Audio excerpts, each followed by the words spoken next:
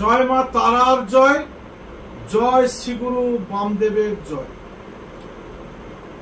দেখুন, এই বৈশাখ মাসটা প্রচন্ড তাপদাহ, প্রচন্ড গরম, প্রচন্ড রোদের উত্তাপ।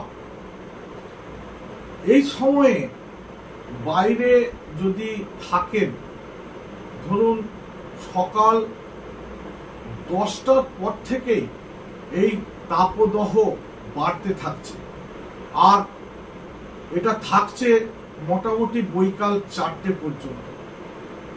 আমি অনুরোধ করব প্রথমেই যে এই সময় যতটা পারবেন, যতটা সম্ভব হবে বাইরে থাকবেন না, বাড়িতে থাকুন, পাখা চালান, ঠান্ডা জায়গায় থাকুন, শরীরের পক্ষে উপকার হবে। তা না হলে কিন্তু হার্ট অ্যাটাকের সম্ভাবনা, হার্ট অ্যাটাক হওয়ার আগে কিছু সিমটম দেখা দেবে। কি হবে একটু জেনে নিন। জোরে জোরে নিঃশ্বাস পড়বে, নিঃশ্বাসে কষ্ট হবে, বমি বমি ভাব হবে, ছটফট করবেন, ঘুম ঘুম ভাব পাবে, দুর্বলতা, ফুসফুসে রক্ত বাড়ার প্রবণতা থাকে, হার্টের গতি বাড়তে থাকে, ঝিমিয়ে যাওয়া, নিঃশ্বাসে কষ্ট, মুখ দিয়ে ক্রমাগত গ্যাস বের হওয়া, পিঠের শিরদাঁড়ার কাছে ব্যথা হওয়া, এইগুলো হচ্ছে হার্ট অ্যাটাকের পূর্ব লক্ষণ।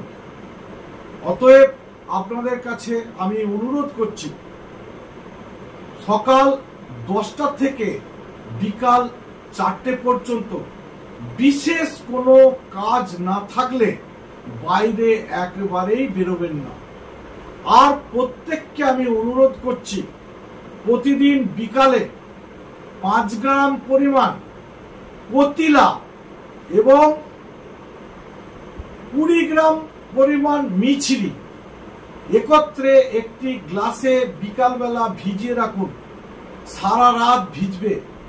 সকালবেলা মুখ টুক ধোয়ার পরে খালি পেটে ওই শরবতটি ভালো করে 2টো গ্লাসে ডেবে নিয়ে বা ঘটে নিয়ে ওই শরবতটি পান করুন।